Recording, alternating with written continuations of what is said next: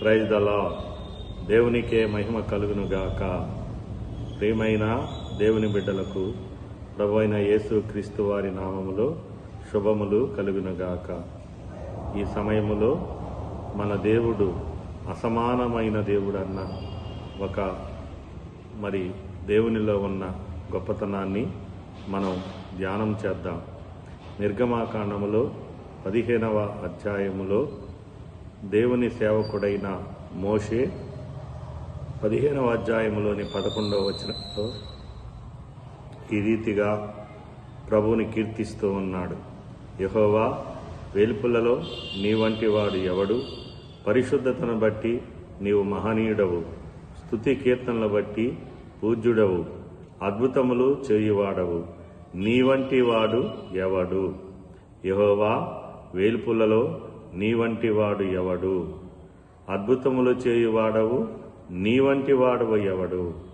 అంటే ఇక్కడ మోషే తన అనుభవపూర్వకమైన దేవుణ్ణి గూర్చిన మాటలను మాట్లాడుతున్నాడు.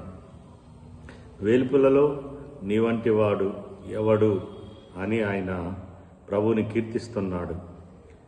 ఆయనలో ఉన్న ఆ యొక్క ప్రత్యేకమైన లక్షణం ఏంటంటే పరిశుద్ధతను బట్టి నీవు మహనీయుడవు అని చెప్తున్నాడు. అంటే మనము ఆరాధిస్తున్న దేవుడు పరిశుద్ధుడు. ఆయన పరిశుద్ధతను బట్టి మహనీయుడు.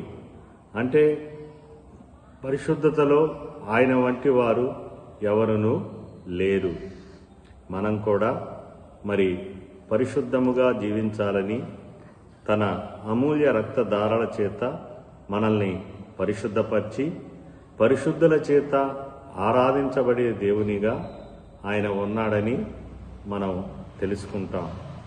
అంత మాత్రమే కాదు, మొదటి సమూయేలు గ్రంథంలో గొడ్రాలుగా ఉన్న హన్నా తన యొక్క వేదనను బట్టి షిలోహులో ఉన్న దేవుని మందిరంలో ప్రార్థన చేసినప్పుడు దేవుడు ఆమె ప్రార్థన ఆలకించి ఆమె గొడ్రాలితనాన్ని తీసివేసి ఆమెకు కుమారుణ్ణి అనుగ్రహించినప్పుడు ఆమె గ్రహించిన విషయం ఏంటంటే దేవుడు పరిశుద్ధుడు, పరిశుద్ధ దేవుడు అని మొదటి సమూయేలు గ్రంథంలో 2వ అధ్యాయంలో ఆమె పాడిన కీర్తనలో నీ వంటి పరిశుద్ధ దేవుడు ఎవడు అని కీర్తిస్తుంది.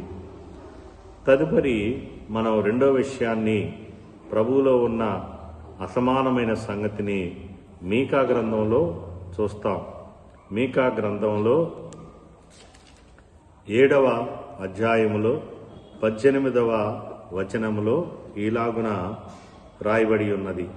తన స్వాస్థ్యములో శేషించిన వారి దోషమును పరిహరించి వారు చేసిన అతిక్రమముల విషయమై వారిని క్షమించు దేవుడవైన నీతో సముడైన దేవుడు ఉన్నాడా?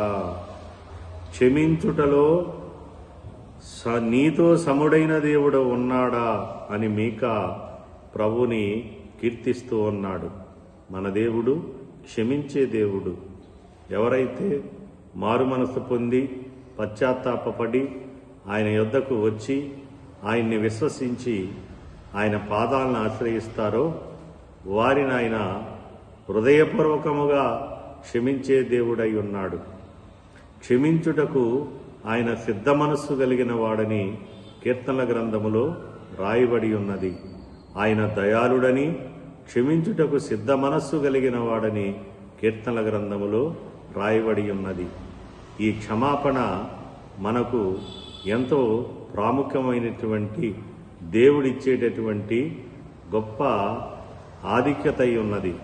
మన పాపములన్నీ కూడా ప్రభువైన యేసుక్రీస్తు వారి యొక్క శిలువ రక్తము ద్వారా క్షమించబడి కొట్టివేయబడినవి. అది గొప్ప ధన్యత.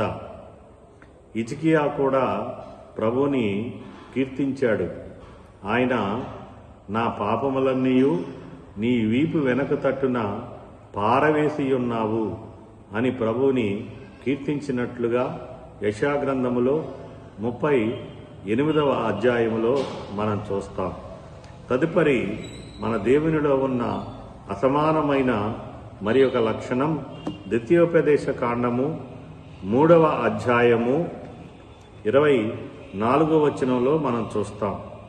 అక్కడ ఆకాశమందే గాని భూమి అందే గాని నీవు చేయు క్రియలను చేయగల దేవుడు ఎవడు?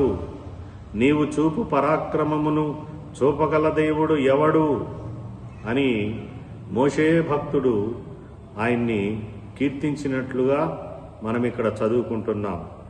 ఆకాశమందు భూమి అందు ఆయన చేసే క్రియలను చేయగలవారు ఎవ్వరునూ లేరని ఆయన తన ద్వితీయోపదేశ కాండములో ఇశ్రాయేలులకు జ్ఞాపకం చేస్తున్నాడు. అవును, ఆయన చేసే క్రియలు ఎంత గొప్పవో మోషే గాని ఇశ్రాయేలులు గాని అనుభవపూర్వకంగా ఎరిగి ఉన్నారు.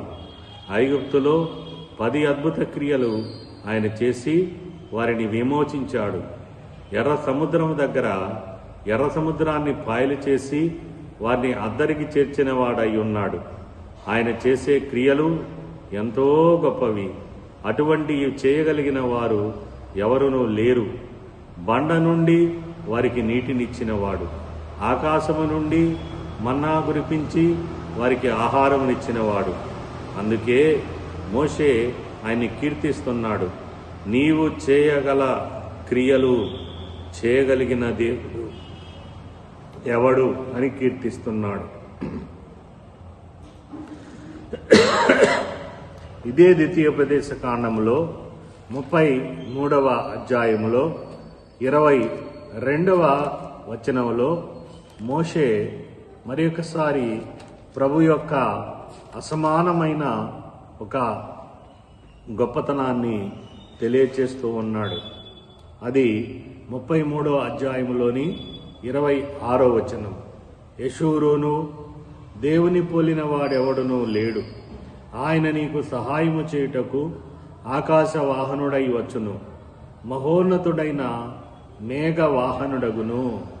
యెషూరును అనగా ఇశ్రాయేలులకు అనగా తన ప్రజలకు ఆయన సహాయము చేయుటకు మేఘవాహనుడై వస్తాడని, ఆయన్ని పోలిన వారు ఎవరునూ లేరని ఇక్కడ మోషే కీర్తిస్తూ ఉన్నాడు. మరి ఆపత్కాలములో ఆయన నమ్ముకొనదగిన సహాయకుడని కీర్తనల గ్రంథములో మనం చూస్తాం. ఆపత్కాలములో ఆయన సహాయము చేయు గొప్ప దేవుడై ఉన్నాడు. ఆపత్కాలములో ఈ లోకములో అందరూ కూడా ముఖం చాటు వేసేవారిగా ఉంటారు. కానీ మన దేవుడు ప్రేమగల దేవుడు, నమ్మదగిన దేవుడు, ఆపత్కాలములో నమ్ముకొనదగిన సహాయకుడుగా ఉండి ఆ ఆపదల నుండి మనల్ని విడిపించేటటువంటి గొప్ప దేవునిగా, విడుదల పొందిన మనం ఆయన్ని స్తుతించి ఆరాధించేటట్లుగా ఆయన నామాన్ని గొప్ప చేసుకునే దేవుడై ఉన్నాడు. అలాగే ఉజ్జియా అనేటటువంటి రాజుకి దేవుడు అతడు స్థిరపడేంత వరకు ఆశ్చర్యకరమైన సహాయం చేశాడని రాయబడి ఉన్నది. ఇలా ఎంతోమంది ఆయన్ని నమ్ముకున్న వారి జీవితాల్లో ఆయన ఆశ్చర్య కార్యాలు చేయడం, ఆశ్చర్యకరమైన సహాయాలు చేయటం బైబిల్లో మనం చూస్తాం. మన జీవితాల్లో కూడా అది మనకి అనుభవపూర్వకమైన విషయమే.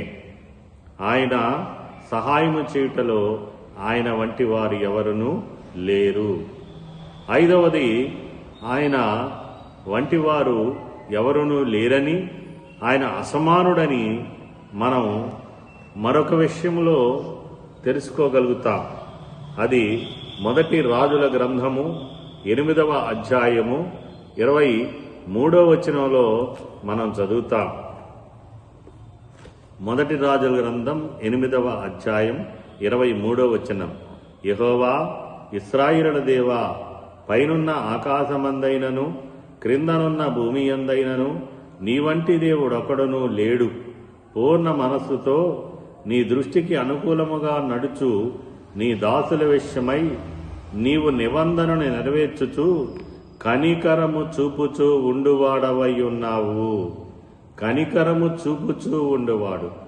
కనికరము చూపేటటువంటి విషయంలో ఆయన వంటి వారు ఎవరునూ లేరని ఇక్కడ సొలొమోను దేవుణ్ణి కీర్తిస్తూ ఉన్నాడు. ఆకాశమందైనను క్రింద భూమి యందైనను ఆయన వంటి దేవుడు ఒకడునూ లేడు. ఆయన మరి కనికరము చూపే దేవుడై ఉన్నాడు. కనికరముతో ఆయన మనల్ని రక్షించాడు. కనికరముతో ఆయన మనల్ని వేటగాని ఉరి నుండి తప్పించాడని లేఖనాలలో మనం చూస్తాం. ఇశ్రాయేలు ప్రజలు కాపరిలేని గొర్రెల వలె విసకి చెదరి ఉన్నప్పుడు ఆనాటి ఆ ఇశ్రాయేలులను చూచి ప్రభువైన యేసుక్రీస్తు వారు కనికరముతో కదిలిపోయాడని, కనికరముతో ఆయన నిండిపోయాడని అక్కడ మనం ఆ మాటల్ని చూస్తాం. ఆయన కనికరముతో వారిని స్వస్థపరిచాడు. ఆయన కనికరముతో వారిని దయ్యాల నుండి విడిపించాడు. ఆయన కనికరముతో దేవుని రాజ్య విషయాలను వారికి బోధించాడు. ఆయన కనికరముతో అనేక విషయాలలో వారికి అద్భుతమైనటువంటి తన కనికరాన్ని రుచి చూపించాడు, అద్భుతాలు చేశాడు. ఇటువంటి అసమానమైనటువంటి దేవాది దేవుడు మనకున్నాడు. ఆయన మనం స్తుతించి ఆరాధించుటకు ఆయనలో ఉన్నటువంటి ఈ అసమానమైన గుణాలను, అంటే ఆయన పరిశుద్ధుడు, ఆయన క్షమించేవాడు, ఆయన అద్భుతమైన క్రియలు చేసేవాడు, ఆయన సహాయము చేసేవాడు, ఆయన కనికరము చెప్పేవాడు. ఆయన వలె మనకు ఆ రీతిగా చేయగలిగిన వారు ఇంకా ఎవరునూ మనకు ఇంతవరకు మరి కనబడలేదన్నది, ఇక లేదు అన్నది కూడా వాస్తవమే. ఈ మాటలను బట్టి ప్రభువైన యేసుక్రీస్తు వారి నామము హెచ్చించబడునుగాక. ఈ మాటల ద్వారా మీరు దీవించబడుదురుగాక. ఆమేన్. దేవునికే మహిమ కలుగునుగాక.